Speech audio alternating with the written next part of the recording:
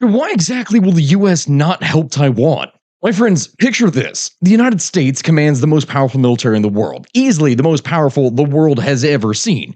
A global colossus with 11 aircraft carriers, thousands of advanced warplanes, and a defense budget that is larger than the next several nations combined. And yet, despite all of that, when it comes to arming Taiwan, a vibrant democracy of 23 million people living in the shadow of an increasingly aggressive China just 100 miles away across a narrow strait, that same superpower deliberately, consciously holds back. It gives Taiwan enough to survive, but never quite enough to actually feel truly safe. Let that sink in for a moment, because it's one of the strangest paradoxes in all of modern foreign policy and geopolitics. Oh, yeah, but right, my friends. Before we get back to today's episode, I would like to thank today's sponsor, Fabletics, which, yes, if you've noticed over the course of this episode here so far, I'm not wearing my merchandise. That is because I am, in fact, okay, yeah, this episode is sponsored by Fabletics. I said that, I guess, in the first place. But I'm not only doing it because of that, I'm also replacing large swaths of my wardrobe with actual nicer things, which you may wonder, why am I doing that? Well, to be honest, one of the big reasons is because I've been told that I look out of place next to my wife, which, yes, for those of you that have seen the shorts, you know, you've seen her. She is hot. She is also very spicy and doesn't want me to dress like a middle schooler anymore. And that's how I oftentimes do things on my own. Anyway, Fabletics. So this stuff is actually awesome for me, and I'm not saying that just for the purpose of the ad. I do actually mean it is awesome for me because I am trying to lose some weight, and the stuff makes amazing athletic gear. It is super comfortable, it is versatile, it is super fitting, it is super stretchy, breathable, and yet somehow, despite all of that, it's able to wick water at the same time. It's just so incredibly high quality and nice.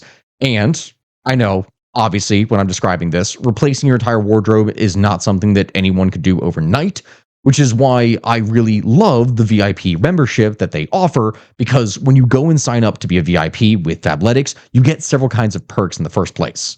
Like, one is an intro offer. You get 70 to 80% off the entire site, so that's great. But then on top of that, daily, you could get up to 50% off individual things. Beyond that, even if you're not going to actually go and buy anything, every single month you get a credit for your account, which allows you to go and then buy either a two-piece outfit, like a complete set for an outfit, or to go get a one-item thing that is valued up to $100. It is genuinely something that is good, and as a gradual process, I'm becoming more and more of an adult, being able to replace my wardrobe, which is a weird thing for me, I know, to say here at 31, but it's good. It is an actual good thing. It is a thing that is great for me, my family, for growing as a person, and I look great while doing so I'm happy with that. Anyway, as I said, go and click my link down in the description for Fabletics, and when you go and sign up to be a VIP, you can get 70 to 80% off the entire site. It is absolutely worth it. I really do recommend this stuff. It's been great for when I've been traveling in Greece and Croatia and so much more, and especially with the travel that I have coming up, because you all know how it is that I do things.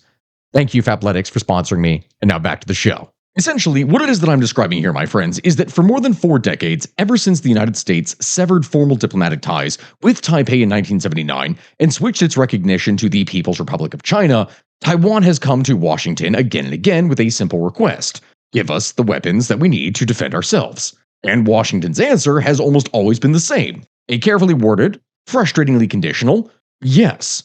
Yes, to some fighter jets, but not the most advanced models and not always the numbers Taiwan asks for. Yes, eventually to help build submarines, but only after years of hesitation and diplomatic hand-wringing. Yes, to anti-ship missiles and air defenses, but with an ever-present asterisk, an unspoken line that America is careful to never cross. The United States provides Taiwan with what the law itself describes as, quote, arms of a defensive character. Just enough to raise the cost of an invasion, yes, but never enough to truly be safe on its own. So, the question that sits at the heart of this video is something that is arguably deceptively simple. Yet the answer reveals one of the most sophisticated and high-stakes balancing acts in all of international relations. Why? Why would the world's leading democracy hand a friend a shield, but then hesitate to hand it a sword? Is it fear, a genuine terror of provoking Beijing into the very war that everyone is so desperate to avoid? Is it strategy, something a more calculated effort to keep Taiwan strong enough to resist, but still dependent enough to stay in line? Is it about avoiding an arms race that could spiral out of control? Or is there something that is more cynical at work? The uncomfortable possibility that Taiwan is being used as a pawn, a kind of bargaining chip, and a strategic buffer in a far larger contest between two superpowers that are effectively deciding the future of the entire planet. The truth, as we're going to be discussing here today, my friends, is more of a tangled web woven from Cold War history. It is a decades old law called the Taiwan Relations Act, a doctrine so deliberately vague that it's actually named strategic ambiguity, and a razor thin calculation about deterrence, provocation, and the terrifying math of great power war. This isn't a simple story of American indecision or simple stinginess or anything like that. This is a story of cold, deliberate calculation, where every weapon sale is weighed against the risk of catastrophe, where saying too much or giving too much could arguably be just as dangerous as doing nothing at all. So stick with me here, my friends, because today what it is we're going to be doing is peeling back the layers of this puzzle piece by piece with historical context. We're going to travel back and explain the logic behind just enough arms sales and explore why the fate of Taiwan, the global economy, and perhaps the peace of the 21st century itself may be something that all hinges on getting this one impossibly delicate balance exactly right. With that being said, let's go ahead and dive in. As always, here on the History of Everything, we have to go back pretty far to fully explain a story, but unlike other countries, we don't actually have to go back very far when it comes to Taiwan, especially since, technically speaking, for this video, it's more so focusing on US-Taiwanese relations. But to understand this relationship fully, one must go back to the era before Taiwan became the seat of the Republic of China's government, when the island was merely a colony of Imperial Japan. And that's really as far as we're going to go back. We're not going to go back way earlier, even though, again, I know I have a habit of doing this. No going back 500 or 600 years. Basically, following Japan's defeat in the Pacific Theater of World War II in 1945, Taiwan, which was then known internationally as Formosa, was placed under the administrative control of the Republic of China, which was governed by Chiang Kai-shek's Nationalist Party, the Kuomintang, or KMT. During the war, the United States had been a close ally of the nationalist government in its struggle against the Japanese occupation, providing substantial military as well as financial aid through arrangements such as the Lend-Lease program and figures like General Joseph Stilwell and the famed Flying Tigers under Claire Chennault. This wartime alliance would lay the foundation for the post-war American commitment to the nationalist cause, even though, technically speaking, that cause began to unravel rather quickly on the Chinese mainland.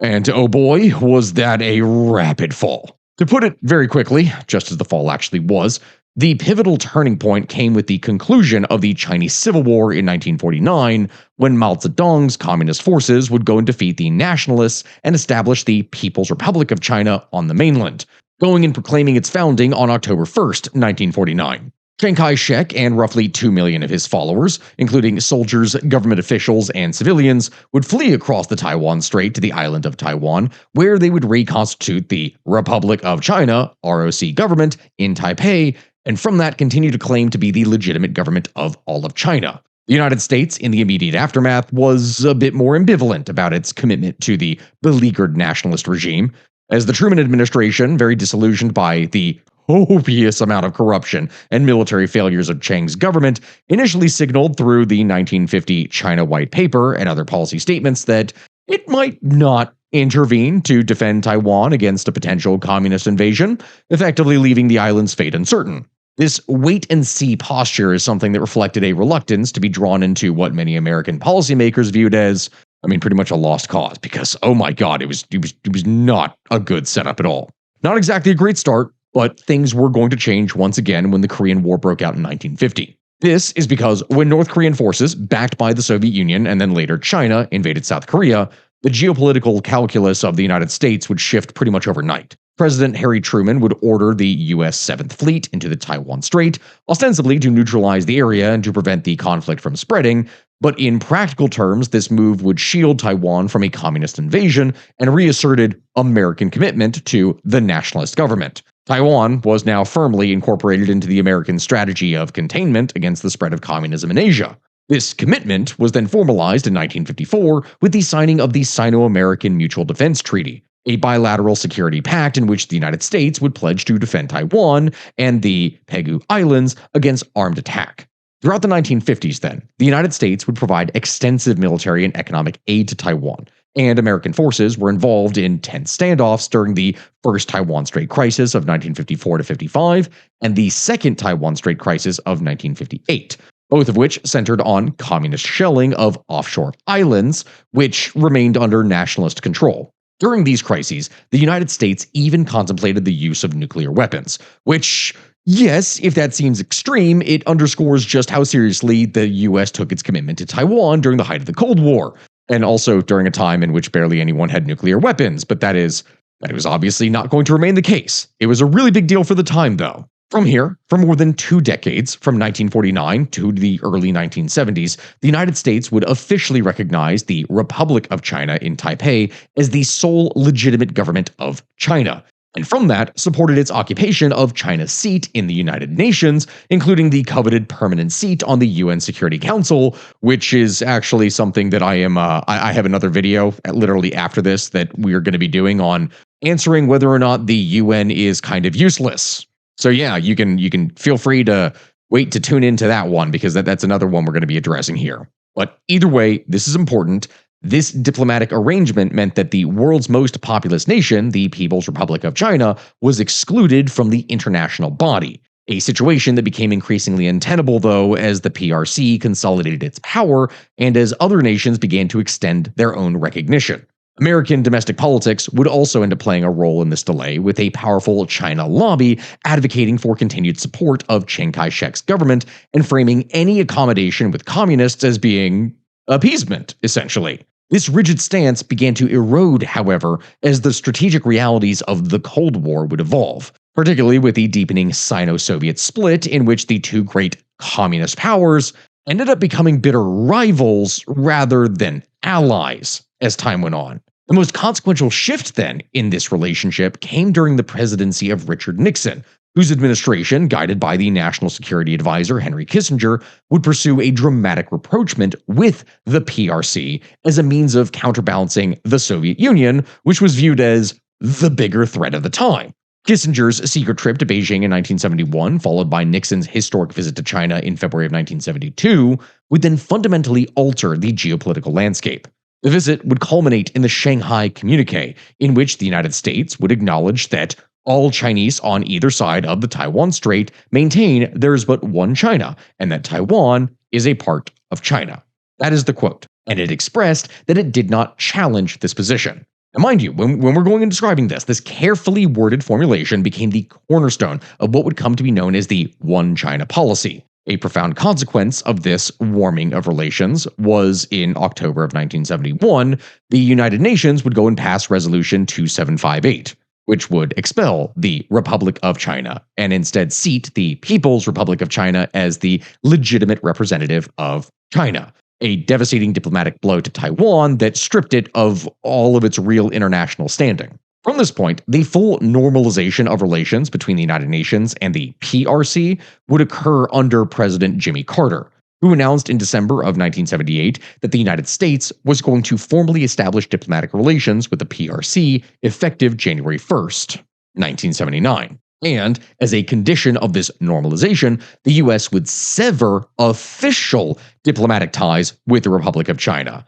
terminating the 1954 Mutual Defense Treaty with 1 year's notice, so it would expire at the end of 1979, and withdraw its remaining military personnel from the island. Now, this was a wrenching moment for Taiwan, which suddenly, for the first time, found itself without any formal recognition from its most important ally and, key part here, protector. Bad, definitely bad, but not all was technically lost here yet. Because recognizing the strategic and moral importance of maintaining a relationship with the island, the US Congress would go and pass the Taiwan Relations Act, the TRA. This was done in April of 1979 and was a landmark piece of legislation that would go and govern unofficial relations ever since. See, the TRA would go and establish the American Institute in Taiwan, the AIT, as a de facto embassy, something that was staffed by nominally private personnel, committed to the United States to providing Taiwan with defensive arms, and declared that any effort to determine Taiwan's future by non-peaceful means would be considered, and I quote, of grave concern to the United States, end quote. Now, does that sound vague? Yeah, it probably does. And that is because it absolutely is. And that is the entire point.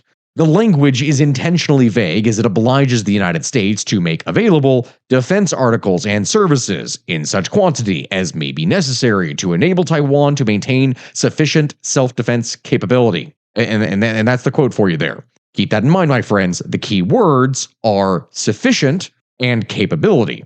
Neither one of these things demands perfect systems of absolute defense, that the latest and same equipment of the United States be provided to Taiwan, or that they're guaranteed intervention if something goes down.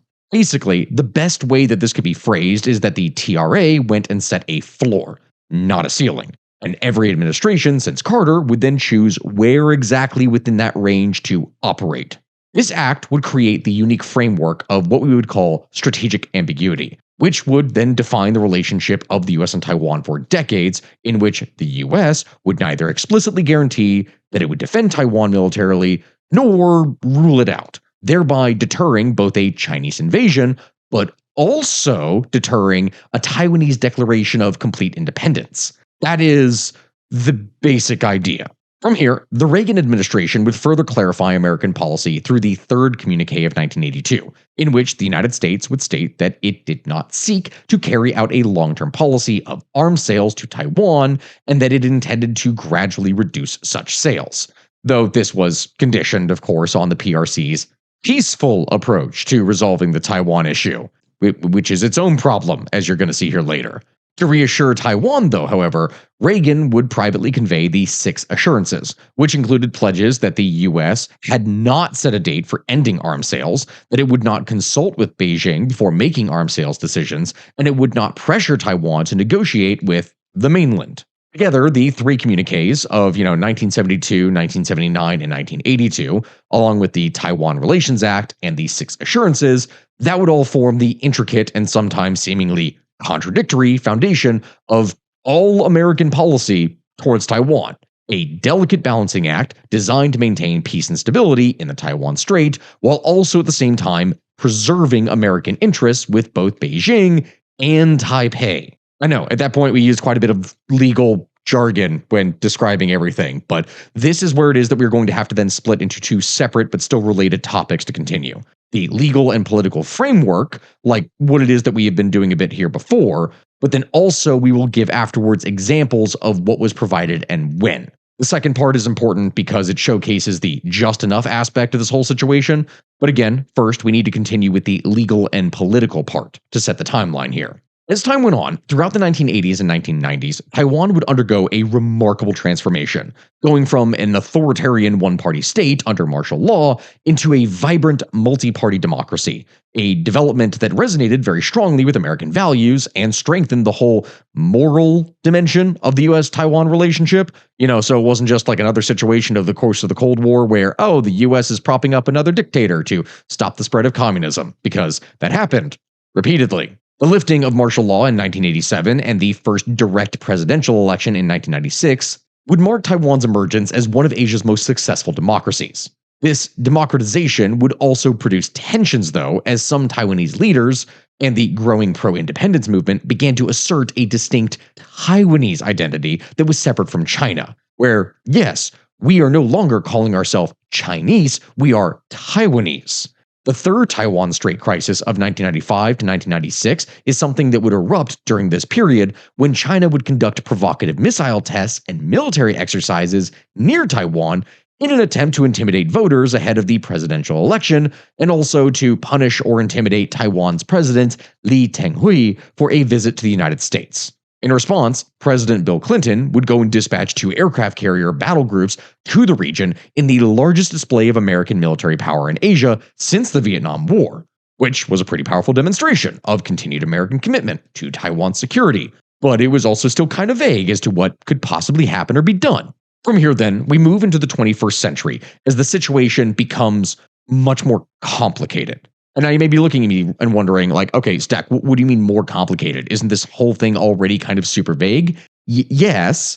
The thing is, it gets more complicated because everything was a lot easier to manage when China was incredibly backwards economically, socially, and militarily, but that was no longer becoming the case. US-Taiwanese relations have been shaped increasingly by the rise of China as a great power and the intensifying strategic competition between Washington and Beijing. Under successive administrations, the US would continue to sell arms to Taiwan, including advanced fighter jets, missiles, and other defensive systems, while also at the same time maintaining publicly its formal One China policy. But the degree to which this was maintained, that is something that would depend on who exactly was in charge. As an example of a major moment, you have the December 2016 phone call between President elect Donald Trump and Taiwanese President Tsai Ing wen, which broke decades of protocol and severely angered Beijing. The Trump administration would subsequently deepen ties through increased arms sales, high level official visits, and legislation such as the Taiwan Travel Act of 2018, which encouraged visits between the US and Taiwanese officials at all levels. Now, you would think, after that, okay, well, maybe when the next guy comes into power, that will no longer be the case. And you'd be wrong here, actually. The Biden administration continued and, in some respects, even intensified this trajectory, with President Biden stating on multiple occasions that the United States would defend Taiwan militarily if it were attacked, which are statements that really appear to strain the whole traditional posture of strategic ambiguity. You know, like it was no longer really a will they, won't they? It's a no, we're absolutely going to do this. Even as White House officials clarified that formal policy had not changed. See, there's a whole thing of like Trump and Biden are almost like two sides of the same coin when it comes to saying things. Trump would just say stuff because he wants to say things, and it would create issues that way. Biden would forget halfway through saying something what exactly he was saying because the dementia issue. But the end result was oftentimes pretty similar. Either way, more things would happen. The August 2022 visit of House Speaker Nancy Pelosi to Taiwan, the highest-ranking American official to visit in decades, is something that would provoke a furious response from China, which conducted its largest ever military exercises around the island, effectively rehearsing a blockade and firing missiles over Taiwan. Of course, besides those actions, there is the whole issue of artificial islands in the South China Sea, their belligerent tactics and behavior of, the Chinese Navy against fishing and other vessels, against, other countries in their territorial waters, and just so much more. Like, the issue is way beyond just Taiwan. But all of that plays into this situation and the whole issue with Chinese belligerency, which has made this part of the world a hot topic for discussions about potential conflict. In fact, we are making this video right now in mid-2026, and it has been predicted that next year, in 2027, that is when possibly everything could go hot. Now pause. Okay, I know there's going to be comments about this. I need to stress this right now. Me saying that does not mean much at all. I want to clarify that right now. I am not stating or making a prediction that this is what is going to happen. It is just that some analysts, military members, and policymakers have been predicting for a few years now that this could happen. Now, the reason for that, the most prominent origin of the 2027 timeline, comes from the testimony given in March of 2021 by Admiral Philip Davidson, who at the time was the commander of the U.S. Indo-Pacific Command, the officer that was responsible for all American military operations in the region. Speaking before the Senate Armed Services Committee, Davidson would express his concern that China could attempt to seize Taiwan within the next 6 years, which roughly placed the window of danger at around 2027. This assessment quickly became known in defense circles as the Davidson window, and it captured enormous attention because it came from one of the most senior and knowledgeable military figures overseeing the region. But even with me saying that, it is crucial to understand exactly what Davidson was and was not saying. He was not predicting that China had made a decision to invade Taiwan by 2027, nor was he claiming to possess intelligence revealing a specific timetable inside of Beijing's leadership. Rather, he was warning that the military balance in the Western Pacific was shifting so quickly in China's favor that by around 2027, the People's Liberation Army might possess the capability to successfully invade and seize Taiwan, and that this growing capability could tempt Beijing to act if it concluded that the costs were acceptable. In other words, 2027 was framed at a point where the danger of aggression could rise sharply because deterrence might weaken, not as a date on which war would automatically break out or anything like that. Again, I need to stress this. Besides that, the 2027 date would gain further significance because it also aligns with several other important benchmarks, which has led many analysts to treat it as something more meaningful, as a convergence point, rather than any kind of just arbitrary guess. Like most notably, 2027 marks the 100th anniversary of the founding of the People's Liberation Army, which was established in 1927. The Chinese leader, Xi Jinping, has publicly set 2027 as a target year for the PLA to accelerate its modernization and to achieve certain capability milestones, which are part of his broader vision of building a world-class military. American officials, including CIA Director William Burns, would even state that intelligence indicated that Xi had instructed his military to be ready to conduct a successful invasion of Taiwan by 2027. And that last part there, okay, again, pause. You hear that, and your immediate reaction is, oh my God, Xi was preparing the Chinese military to invade in 2027? They're going to attack? No. Again, the careful language here is what matters enormously. Burns and other officials would repeatedly emphasize that being directed to be capable of an action by a certain date is fundamentally different from actually having decided to carry out that action. Any military around the world can be ordered to develop and to maintain capability as a strategic option without actually having the corresponding political decision to use it. The 2027 Readiness Directive is best understood as Xi wanting to ensure that the option of force is credibly available. Not just saying, oh yeah, hey, we're going to be totally ready by 2027 and then not actually having any of the amphibious capability to do so, thereby strengthening China's coercive leverage over Taiwan if, they wanted to do something, and also even if they never actually intended to pull the trigger. Now, you may be looking at me right now and saying, Stack, you've been dwelling on this for a while. Yes, I've had to, because here in the History of Everything, we do not fear monger. Like that's not something we do, even though I know there's a number of channels out there, especially when it comes to geopolitical ones, and I'm not going to name names here, that absolutely do this constantly with like 20-something videos a freaking month, and half of them end up using the exact same thumbnail.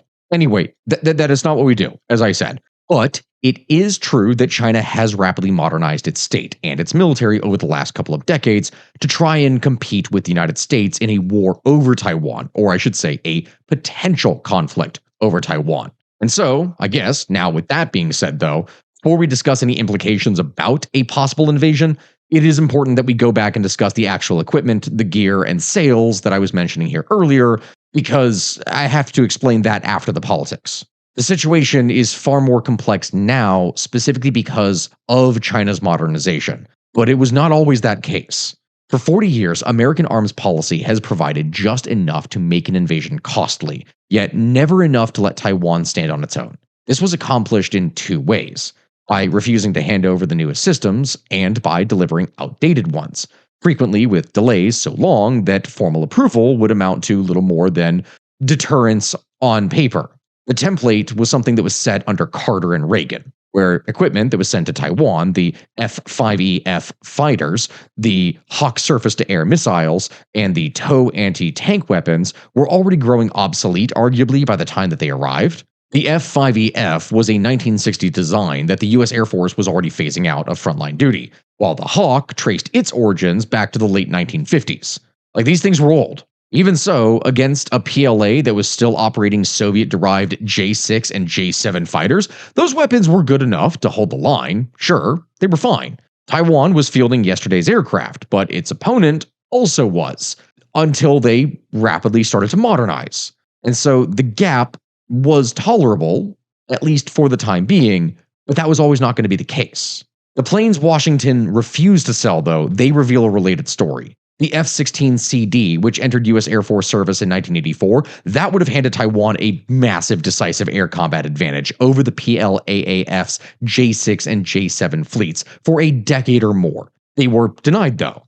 Officially, the culprit was the qualitative cap that was imposed by the 1982 communique. The more urgent reality, though, was that Reagan's team needed Beijing as a kind of counterbalance to Moscow, and Taiwan's shopping list was simply one factor in that larger equation. Like, they couldn't just give Taiwan everything they wanted because that could piss off Beijing, and they needed Beijing in order to be able to potentially deal with the Soviet Union. But once the Soviet Union collapsed in 1991, the logic behind that calculation evaporated.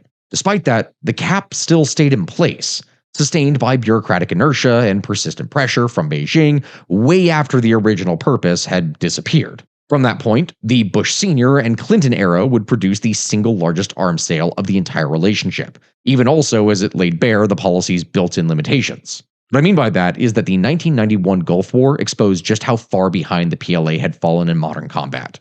Worries about China's purchase of Russian Su-27 fighters would push President Bush to approve a $6 billion package in 1992, consisting of 150 F-16AB fighters, along with E-2T Hawkeye early warning aircraft and Patriot PAC-2 missiles.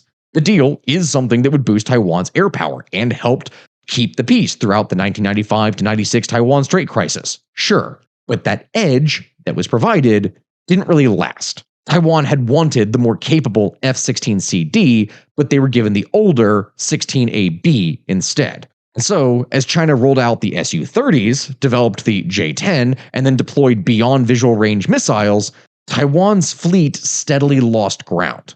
Aircraft that were deemed sufficient in 1992 were already looking very dated by 2000.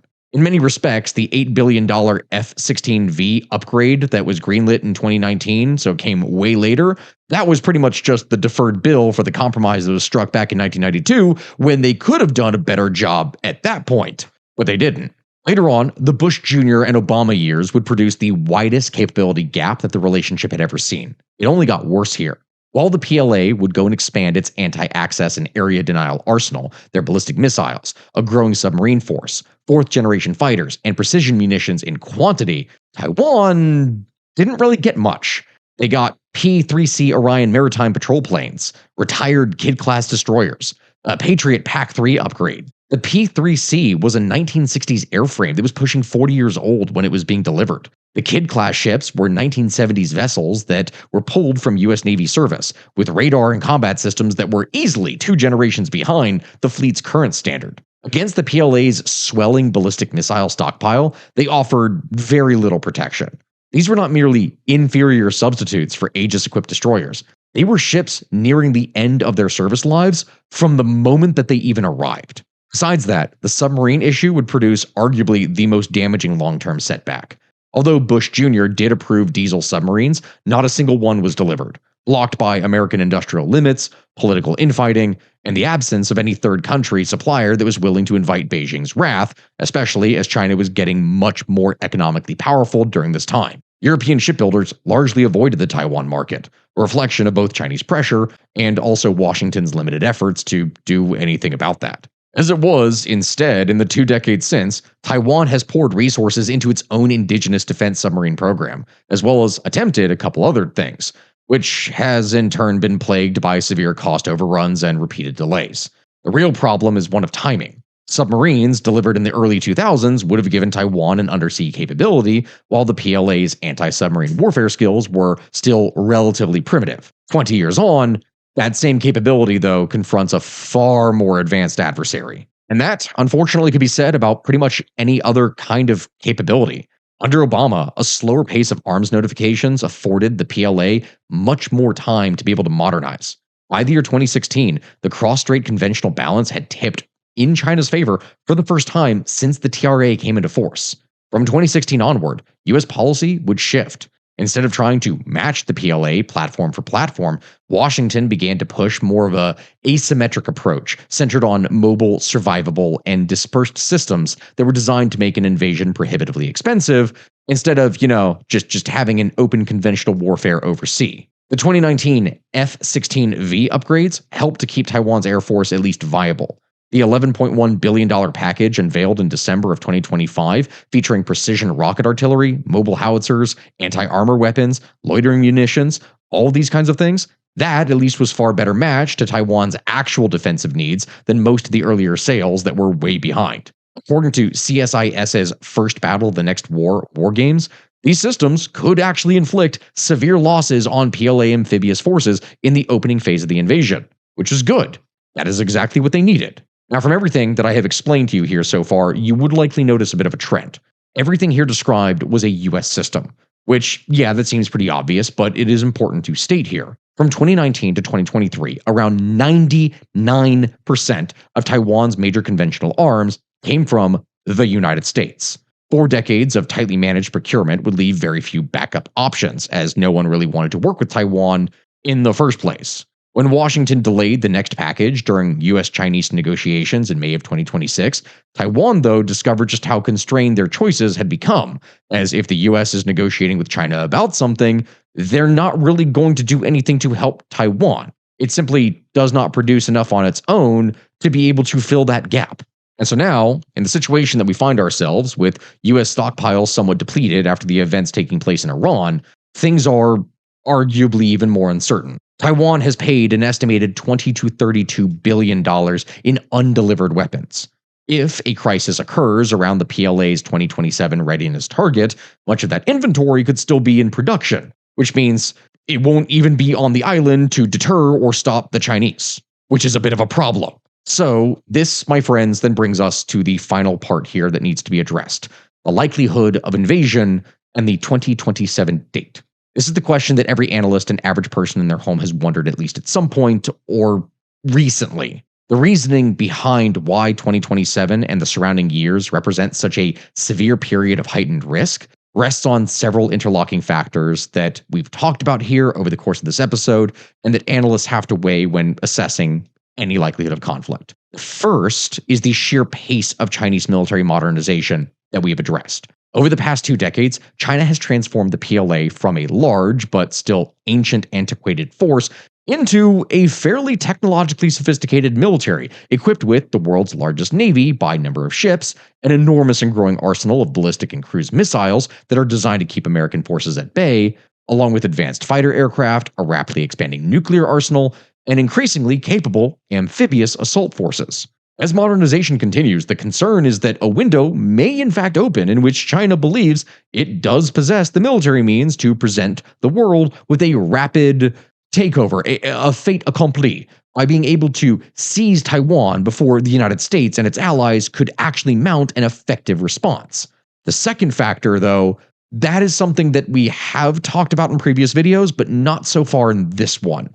But it is arguably the more compelling one. It is the intersection of demographics, economics, and political pressure that all of these things are compounding and facing China. What I mean by that is that some analysts associated with what is sometimes called the peak China thesis argue that Chinese power may actually be nearing its zenith, its top that it ever will be, due to a rapidly aging population, slowing economic growth, mounting debt, and other structural challenges.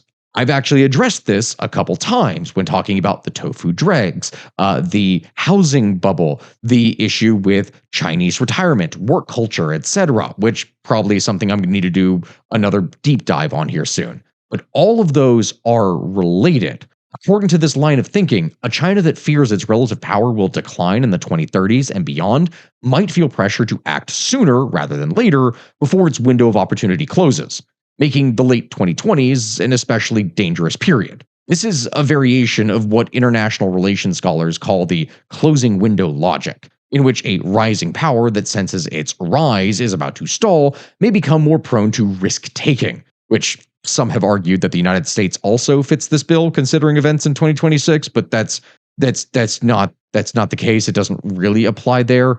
There's elements, but it fits the US less than it does certain other powers, like in the case of China.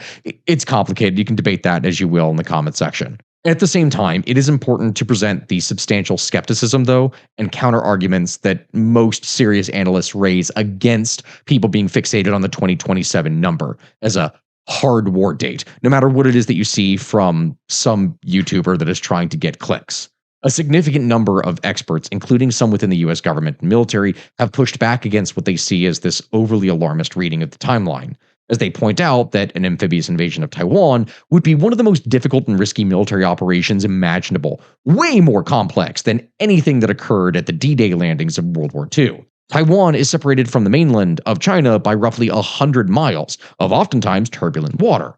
The Taiwan Strait is not an easy thing to cross through, and there is only a limited number of beaches that are suitable for large-scale amphibious landings, and only narrow windows of favorable weather each year. An invasion would require moving hundreds of thousands of troops across contested waters in the face of Taiwanese missiles, mines, and defenses, while simultaneously fending off potential intervention by the United States and its own allies.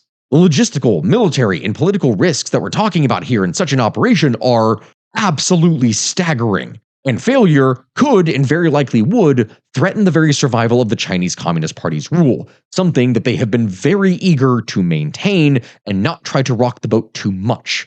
There's a lot of risk there, and that's also another thing I need to address in a later video. For these reasons, skeptics argue that Beijing is far more likely to continue to pursue its goals through other means, such as economic coercion, diplomatic isolation of Taiwan, cyber warfare, disinformation campaigns, and gray zone tactics involving constant military pressure that is just short of outright war, or at the very least, it's harassment, pretty much, rather than gambling everything on a full-scale invasion. Many analysts also stress that Xi Jinping, while clearly committed to eventual reunification, has shown himself to be a much more calculating rather than reckless leader, and that he is likely watching the enormous costs and difficulties that Russia has been encountering with its own invasion in Ukraine as a cautionary tale about the perils of assuming, no, it's fine, we'll just have a quick, easy military victory. Because especially in the modern day of drones, that does not appear to be the case. So, as it is, for now, things remain stable. But unless something changes with how Taiwan is supplied, the gap in preparedness for eventual conflict, that is something that grows wider and wider every year. Eventually, there could be a point, should the US become overly distracted or erupt in turmoil internally somehow, that the calculations might just be enough in China's favor that they are willing to risk it all. That time is likely not now, though. But who knows?